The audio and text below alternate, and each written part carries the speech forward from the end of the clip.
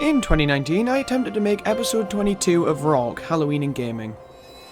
5 months before the channel existed, but I managed to dig up the original recordings, and I thought it'd be cool to kind of throw them together with the same parts from the final episode playing behind them. These entities were created over a year apart, don't expect perfection here. Halloween is a bit of an odd holiday in the grand scheme of things. It's constantly left in the shadow of its more jolly brother Christmas, and the debate regarding which of the two is better will still be going on decades after the Earth has imploded on itself. Let me get one thing out of the way right now. Yes, there are obviously thousands upon thousands of horror games that I could talk about, and that you've probably seen milked to a very exaggerated death. But, you see, I'm a man with a more refined taste of gaming. I like the Kirby's and the Yoshis. I don't like pizza flavoured child murder. So instead of focusing on games with 3 colours and an assload of boo, I'm going to take a gander at how the Big N tackle the spookier side of life. Animal Crossing, no leaf. No, you look at that. Animal Crossing is the only Nintendo game that I can think of that directly celebrates Halloween. Being a life simulator that runs on real-world times and dates, Animal Crossing does an excellent job of showcasing a large amount of real-world holidays. And, naturally, Halloween is one of them. Of course, as with every event in Animal Crossing, there is a furniture set to go along with Halloween. And I love this set so much I need it in my house.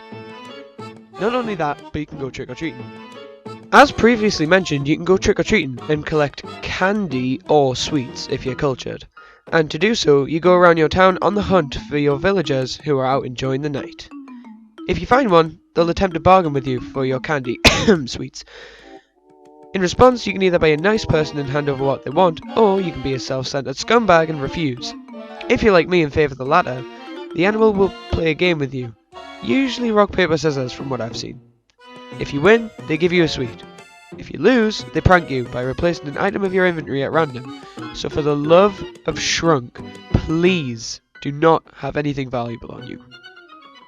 Please. Yes, you heard me right. You break into people's houses wearing masks and scare the lollipops out of them. Literally. As far as I know, no other Nintendo games reference Halloween directly, but that doesn't mean there aren't other games that fit the holiday well. For example, you take Mario, slap a green L on him, and that took a dark turn quick. Luigi's Mansion. Come on, I wasn't not going to talk about this series.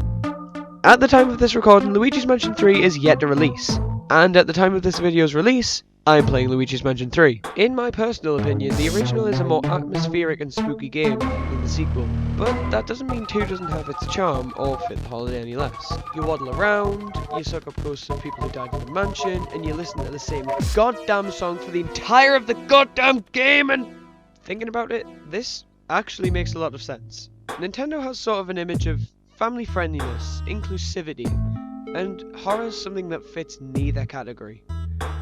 That's why you don't see any gore in any of Nintendo's first parties. So, if you can't show something that's explicitly worthy of a change of pants, then how do you provoke fear in the player? That's right, the Messiah of Spoop. Creating a tone goes a long way in giving someone the heebie-jeebies despite the fact that boobs aren't that scary. Autocorrect works in weird and wonderful ways, my friends.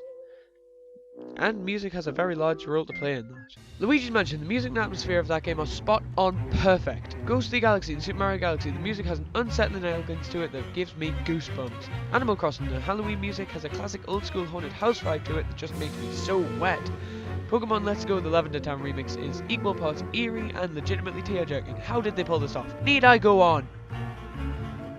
Just listen to this clip from the Haunted Zone in Pokepark Wii and tell me with a straight face that it doesn't get you in the pumpkin carving mood.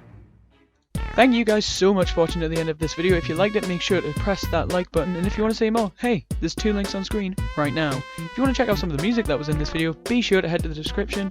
You have yourself a lovely day, and I will see you in the next one.